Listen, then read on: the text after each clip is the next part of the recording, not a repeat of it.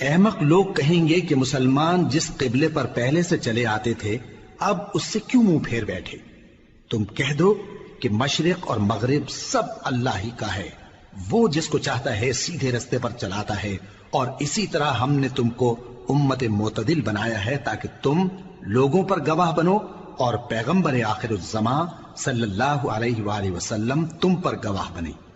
اور جس قبلے پر تم پہلے تھے اس کو ہم نے اس لیے مقرر کیا تھا کہ معلوم کریں کہ کون ہمارے پیغمبر کا تابع رہتا ہے اور کون الٹے پاؤں پھر جاتا ہے۔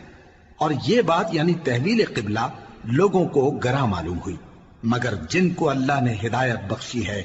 وہ اسے گراں نہیں سمجھتے، اور اللہ ایسا نہیں کہ تمہارے ایمان کو یوں ہی ضائع کر دے۔ اللہ تو لوگوں پر بڑا مہربان ہے، صاحب رحمت ہے۔ اے پیغمبر صلی اللہ علیہ وآلہ وسلم، ہم تمہارا آسمان کی طرف منہ اٹھانا دیکھ رہے ہیں، سو ہم تم کو اسی قبلے کی طرف جس کو تم پسند کرتے ہو منہ کرنے کا حکم دیں گے، تو اپنا منہ مسجد حرام یعنی خانہ کعبہ کی طرف پھیر لو، اور تم لوگ جہاں ہوا کرو نماز پڑھنے کے وقت اسی مسجد کی طرف منہ کر لیا کرو۔ اور جن لوگوں کو کتاب دی گئی ہے وہ خوب جانتے ہیں کہ یہ نیا قبلہ ان کے پروردگار کی طرف سے حق ہے، اور جو کام یہ لوگ کرتے ہیں اللہ ان سے بے خبر نہیں۔ اور اگر تم ان اہل کتاب کے پاس تمام نشانیاں بھی لے کر آؤ تو بھی یہ تمہارے قبلے کی پیروی نہ کریں، اور تم بھی ان کے قبلے کی پیروی کرنے والے نہیں ہو، اور ان میں سے بھی بعض کے قبلے کے پیرو نہیں۔ اور اگر تم باوجود اس کے کہ تمہارے پاس علم یعنی اللہ کا حکم آ چکا ہے ان کی خواہشوں کے پیچھے چلو گے تو ظالموں میں ہو جاؤ گے۔ جن لوگوں کو ہم نے کتاب دی ہے وہ ان پیغمبر آخر الزمان صلی اللہ علیہ وآلہ وسلم کو اس طرح پہچانتے ہیں جس طرح اپنے بیٹوں کو پہچانا کرتے ہیں، مگر ایک فریق ان میں سے سچی بات کو جان بوجھ کر چھپا رہا ہے۔ اے پیغمبر صلی اللہ علیہ وآلہ وسلم، یہ نیا قبلہ تمہارے پروردگار کی طرف سے حق ہے، تو تم ہرگز شک کرنے والوں میں نہ ہونا، اور ہر ایک شخص کے لیے ایک سمت مقرر ہے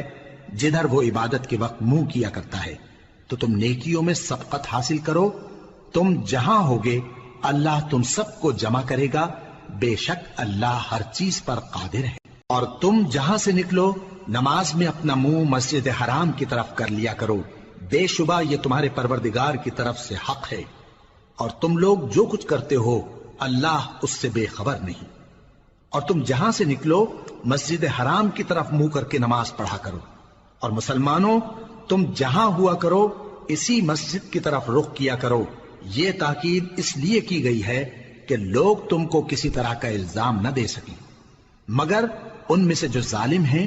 وہ الزام دیں تو دیں،